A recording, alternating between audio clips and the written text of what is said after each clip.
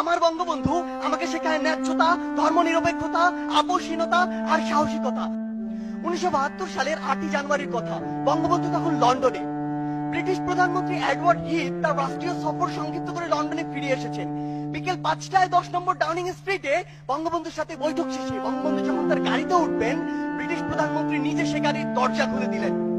প্রথার বিরুদ্ধে তিনি কেন এই কাজ করলেন, সাংবাদিকদের প্রশ্নে তিনি উত্তরে বলেছিলেন, আমি জানি আমি কাকে সম্মান জানিয়েছি, আমি জানি কাকে কতটুকু সম্মান জানাতে হয়। তিনি কোন সাধারণ মানুষ নন, তিনি একটি জাতিকে মুক্তিদাতা, এক মহান বীর। তাকে সম্মান জানাতে পেরে বরং আমরা সম্মানিত।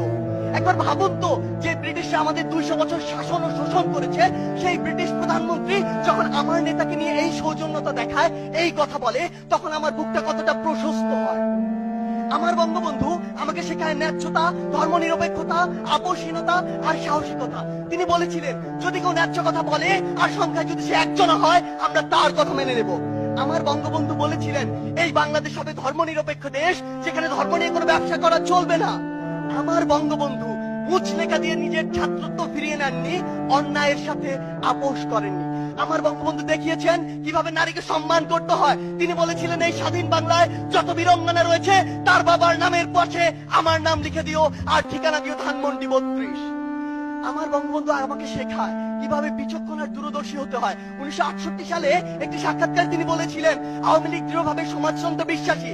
সেই সমাজতন্ত্র যা পৃথিবীর অন্যান্য দেশে রয়েছে তা নয়, বরং সেই সমাজতন্ত্র যে সমাজতন্ত্র এদেশের মাটি, মানুষ আর আবহাওয়া চায়।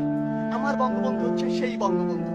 এমন হাজারো অনুসরণীয় ও অনুকরণীয় না বলা কথা আর গল্পের মধ্য দিয়ে বঙ্গবন্ধু হয়ে উঠেছেন আমার বঙ্গবন্ধু। পরিশেষে ওপারে অপার স্বপ্নে আমার দিকে, আমাদের দিকে, বাংলাদেশের দিকে চেয়ে থাকা বঙ্গবন্ধুর উদ্দেশ্যে বলতে চাই, ওরা ভেবেছিল তোমাকে হত্যা করলেই হয়ে যাবে সব শেষ। ভাবেনি ওরা বঙ্গবন্ধু মানেই বাংলাদেশ। হ্যাঁ, আমার বঙ্গবন্ধু মানে বাংলাদেশ। ধন্যবাদ সবাই।